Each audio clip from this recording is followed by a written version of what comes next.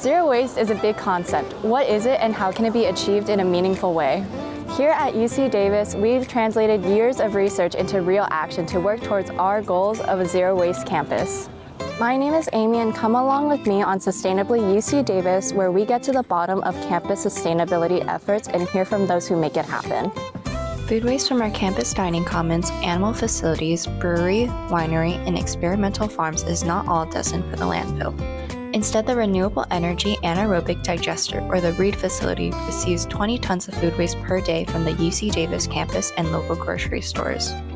The REED facility actively converts the waste into biogas, methane, liquid digestate, and concentrated ammonia. What is even more exciting is the massive upgrade the REED facility will soon undergo. Earlier this year, they received a $4.77 million grant from CalRecycle, which will be used for a new gas engine, an advanced depackager, and an additional digestion tank.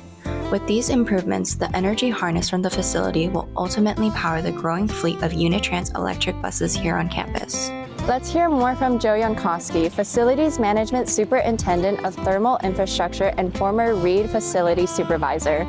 The REED facility stands for Renewable Energy Anaerobic Digester, and it is a biodigester, and the whole purpose of it is to convert organic material into energy. So we take food waste from campus and local grocery store distributors, and we process the food waste, grind it up, make it into small pieces. We put it in our biodigester tanks, and inside those tanks there's a bacteria that break the food waste down into methane and carbon dioxide, and that is called biogas. And that biogas can be used for heating, it can be turned into electricity. There's a lot of different things that the biogas can be used for, and it's much more valuable than just taking the food waste to a landfill.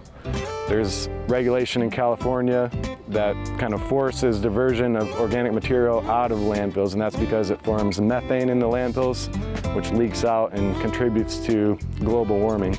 So California said, we don't want to do that, we want to divert our food waste away, and one method of diversion is a biodigester. The REED facility was recently awarded about a $5 million grant, about $4.8 million, and that was to make 3 improvements at the facility. This grant was from CalRecycle, and that's a state agency, and their whole goal is to increase diversion of organic material away from landfills. So our grant was to replace the depackager, put in some newer technology that removes the plastic material and contaminants more efficiently than our current system.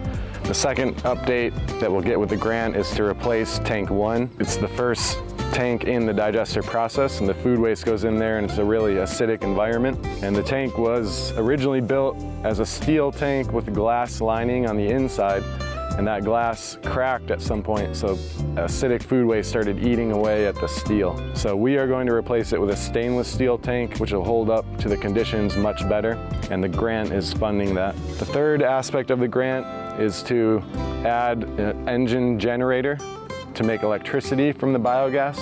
So that'll sit out right behind me here, and biogas produced from the REED facility and also the surrounding landfill, which is at the site as well, will route its gas to this engine, and it'll make electricity, and that electricity will go back on UC Davis's grid and charge the Unitrans electric buses.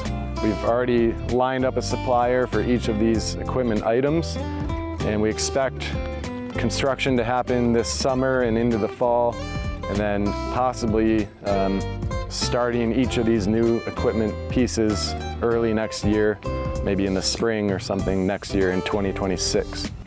Thank you, Joe. Beyond food waste, UC Davis plans to tackle single-use plastics on our campus. Across our campus, you'll find plenty of recycling and compost bins.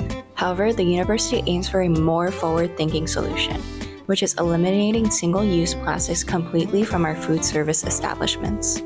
These efforts are in alignment with the University of California Sustainable Practices policy on single-use plastics, which includes phasing out distribution of plastic bags in retail and food establishments, single-use plastic beverage bottles, disposable single-use plastic foodware, and instead providing compostable and/or reusable alternatives to these items.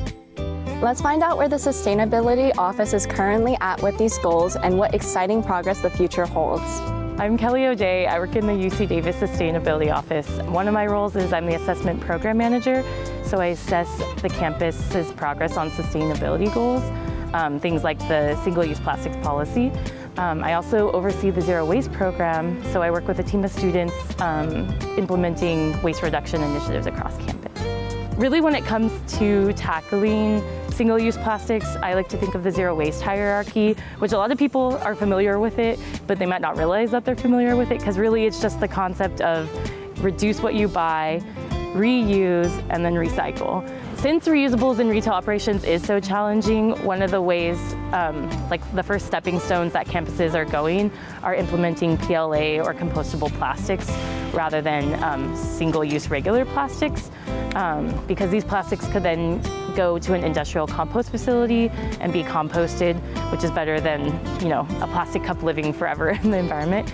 And PLA plastics also pose all of their own challenges. Sometimes they don't always break down in the proper time frame required, even if they're BPI certified. And at the end of the day, you're still using virgin materials to make this product that is single use, when it could just be something that's reused. So one of the other challenges with PLA plastics is actually finding and sourcing them can be pretty difficult. Specifically at the start of the COVID-19 pandemic, sourcing a lot of things became really hard with difficulties in supply chain. The single-use plastics policy specifically calls out single-use beverage bottles. Eliminating these plastic water bottles all across campus is not an easy thing. And so that's why the Pepsi contract is actually really exciting, where they can guarantee that 80% of these products that would usually come in plastic are going to come in non-plastic alternatives that are recyclable. And the Pepsi contract is a really good example of how the UCs can kind of use their purchasing power to nudge the industry a little bit. Other than the single-use plastics policy, the UC does have a couple of long-term zero waste goals. One of the goals is diverting 90% of all waste away from the landfill. A lot of times in the industry, that's what we refer to as like what zero waste is, the 90% diversion rate. And so campus is actually, we've kind of flatlined at a 65% diversion rate over the last couple of years, and the COVID-19 pandemic really, caused a big ripple in some of our goals. And so we're still getting back into the swing of things and trying to reduce a lot of our waste. And then there's also state regulations, actually, SB 1383, which requires that there is a recycle and compost bin next to every landfill bin. It's kind of a great motivator to get more compost bins across campus. And so that's another outside regulation that we're working towards on campus. One of the biggest ways that the campus community can contribute to these goals is, as I mentioned, embrace reuse, bring your own reusable water bottle to campus. If you can, bring your own utensils, that's really helpful. And then another way that you can actually contribute to some of these goals is learn how to sort your waste. There's tons of resources online. You can also reach out to our recycling@ucdavis.edu email address if you ever have questions about resources for diverting your waste away from the landfill. We're always happy to help. Hi, my name is Grae. I'm a zero waste coordinator. I've been one for about a year now. Hi, I'm Sophie. I've been a zero waste coordinator at UC Davis Sustainability for 2 years now. I was really passionate about sustainability before I started this job, and I was really interested in how I could live a more sustainable lifestyle.